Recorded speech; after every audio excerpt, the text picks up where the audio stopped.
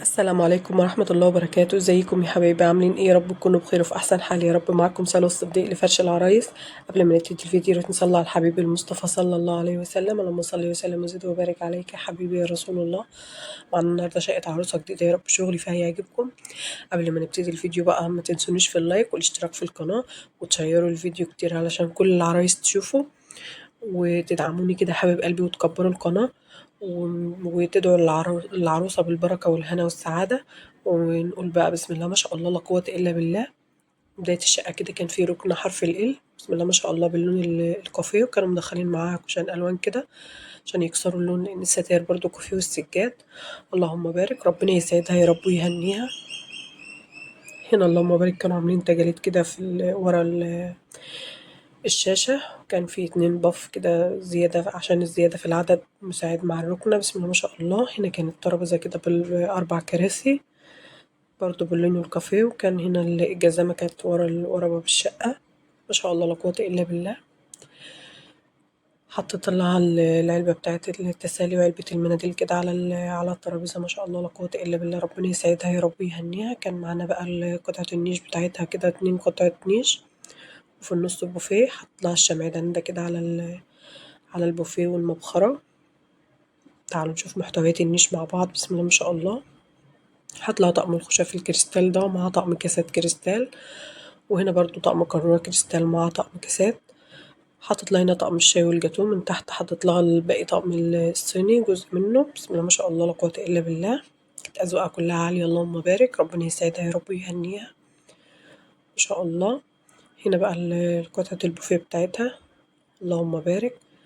كانت بس ناقص إن هما يعملوا لنا رف يعني في البوفيه، بس أنا حاولت ألم الطقم الأكروبايركس كده كله في رف واحد ما شاء الله، وحطيت لها طقم الأكروبايركس التاني كله برضو مع بعضه كده في رف،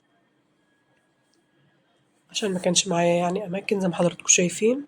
حطيت لها الطارة بتاعت كاتب الكتاب كده. هنا عملت لها طقم شربات ومعاه برضو طقم كيسات. هنا عملت لها طقم الشاي، طقم القهوة التحفة ده ومعاه طقم كيسات لايق معاه جدا. وحطيت بقى كملت باقي طقم الصيني في الرفين. قولوا رأيكم بقى في رصة في النيش، وما تنسونيش بقى في اللايك وقولوا كومنتات حلوة كده تجبروا بخاطري زي ما بتجبروا بخاطري كل مرة. ربنا يسعدكم يا رب. هنا الحمام كده، هنا الضرفة اللي هي فيها المنظفات بتاعتها رصيناها لها كده. هنا الغسالة بتاعتها اللي هي الفوق اوتوماتيك كانت LG ما شاء الله ربنا يسعدها. كل دير برضو كانوا حاطينه جنب النيش من هنا. وهنا غرفة الأطفال بسم الله ما شاء الله. كانت أخت العروسة عايزة تعمل لها كل حاجة حلوة، جايبة لها بلالين وجايبة لها حاجات جميلة، وعملنا لها أجواء رومانسية في غرفة النوم هنشوفها دلوقتي مع بعض. وزعت لها بعض الألعاب كده اللي كانت جايباها على السرير وبعض البلالين. فرشنا لها الطقم كوفرتا السوفت تركي. وهنا كانت الغسالة النص بتاعتها ما كانوش حابين يفتحوها يعني حطوها هنا. وهنا الديب فريزر بتاعها حطيت لها فوق شنطة المعالق برضو لأن ما كانش لها مكان في البوفيه زي ما حضراتكم شفتوا. عملت لها هنا بقى أطقم سراير وكوفرتات، وهنا الحفا بقى والبطاطين بتاعتها بسم الله ما شاء الله والدفايات. ربنا يسعدها يا رب ويهنيها اللهم آمين. عملت لها بقى هنا الفوط بتاعتها زي ما حضراتكم شايفين كده. عملت لها برضو هنا ملايات وجنبها دفايات وفوط. وزعت لها الفوط بقى كده على الأرفف زي ما حضراتكم شايفين، ومن تحت عملت لها بطانية وكوفرتة. بسم الله ما شاء الله ربنا يسعدها يا رب ويهنيها وتدوم حاجتها في الهنا والبركة والسعادة اللهم آمين. هنروح نشوف غرفة النوم الأول، هي كانت بجنب باب الشقة، وبعدين نرجع نشوف المطبخ عشان ما نتوهش من بعض.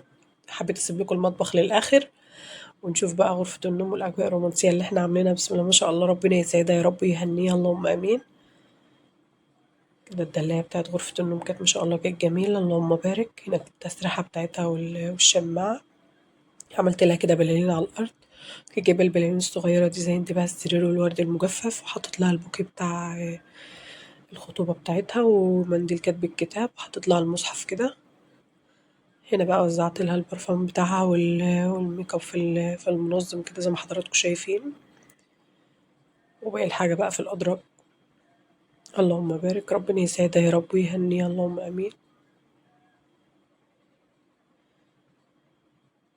متنسونيش بقى في اللايك والاشتراك في القناة، وتقولولي كومنت بقى في كل غرفة كده تقولولي رأيكم في الشغل فيها.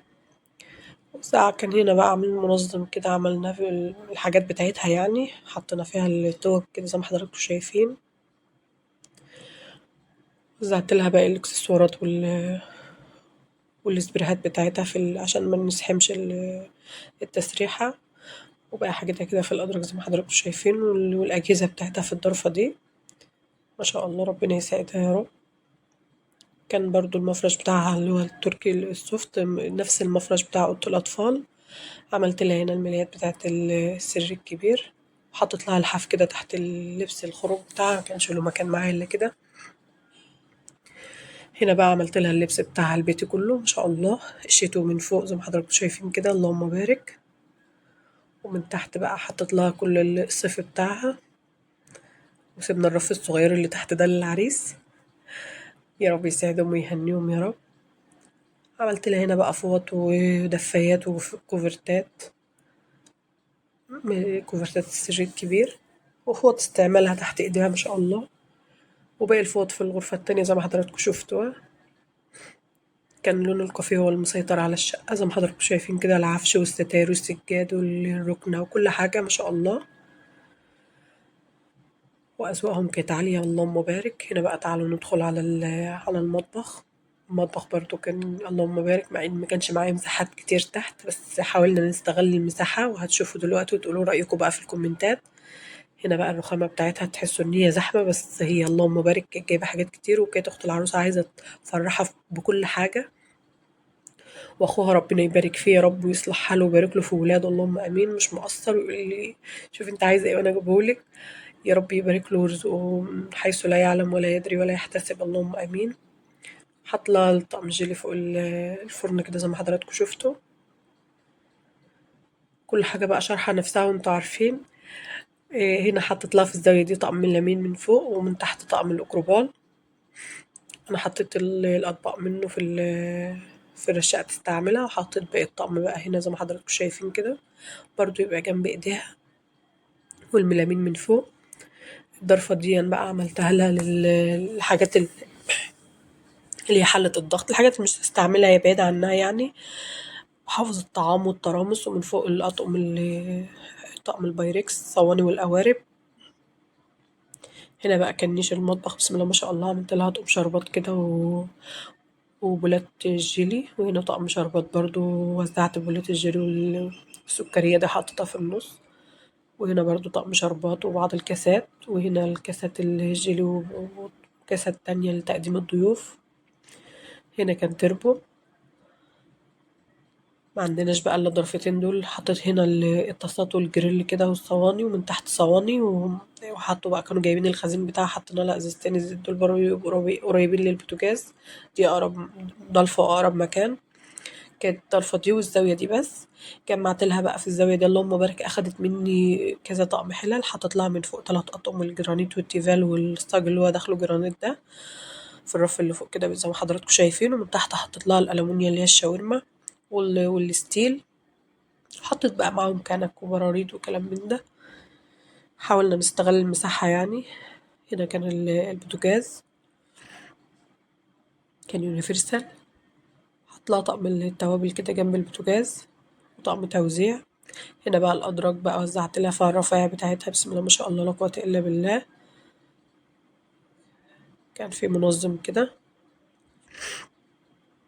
وحطت لها من تحت الحاجات اللي هي الاسباتيولات والكلام ده، وحطت لها السبونشات والفوط من تحت الدرج اللي تحت خالص. كانت التلاجة ورايا مكنتش يعني واخدة راحتي قوي. هنا عملت لها الأجهزة بتاعتها، رفعت من فوق بقى المفرمة والعجان. وهنا من تحت بقى الخلاط والهاند بلندر والكبة ومكانة الزبادي، يعني اللي هتستعمله جنب ايديها، ومن فوق اللي هي مش هتستعمله دايما. هنا بقى طقم الأكروبال زي ما قلت لحضراتكم، وحطيت لها بقى شاي ومية وقهوة استعمالها جنب ايديها، الاستعمال اليومي بسم الله ما شاء الله. من فوق بقى حطيت لها طقم سمك وبعض المجات والكوبايات عشان كانت ضلفة مضيئة.